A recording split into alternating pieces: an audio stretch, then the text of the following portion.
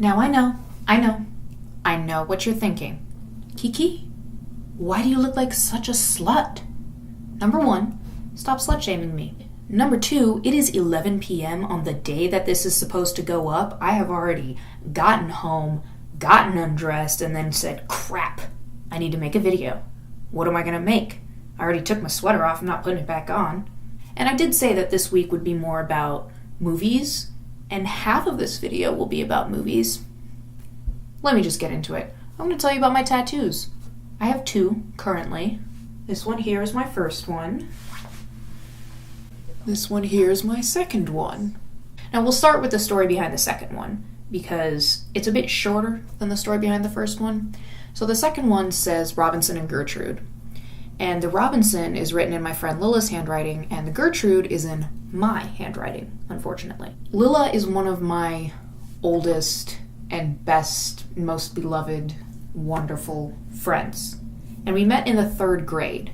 And at some point in late elementary school, early middle school, we came up with these code names for each other. She was Robinson, I was Gertrude. And even when we got older and we stopped kind of using them as much, we would still remember it. So over winter break, she told me she was thinking about getting a tattoo, and I forget which of us had the idea of getting Robinson and Gertrude matching, but we both thought it was really cute, and we decided, we could get it in each other's handwriting. So we come up with this idea to get Robinson and Gertrude in our handwritings, and we decide to give it to each other as a Christmas present, which just balances out to us buying our own tattoos. But we've never been too good at gift giving anyway, so whatever.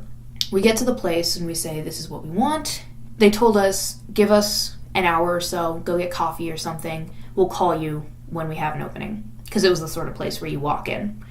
So we go and we get lunch and we get coffee. And we spend a good deal of that time trying to remember how we came up with the names Robinson and Gertrude. And we honestly never could figure it out. We get back to the tattoo place and we're talking to the guy who's going to do it, and he's like, so why these names? And we were like, we just spent 3 hours trying to figure it out, and we have no idea. The only thing I remember for certain is that I, for a long time, did not want to be Gertrude. She would call me Gertrude, and I'd be like, no, I hate that name. But now I'm like, it's on my body forever. And when I wear the right top, it just says rude. Now, this one you may recognize as the very tattoo that Captain Jack Sparrow himself has, although he has it up here. Now, in addition to loving Pirates of the Caribbean very, very, very, very, very, very, very much, which I do, it has a bit of a deeper meaning to it. See, when I was young, too young to have any idea what I wanted to do with my life besides, I want a horse, I would watch the behind the scenes of any movie that we had that option for.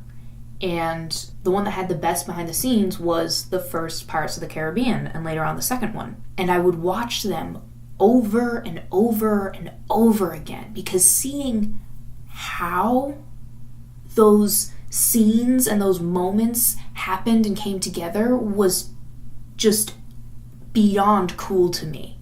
I looked at that, I looked at the people running around on set, and I said, I want to do that.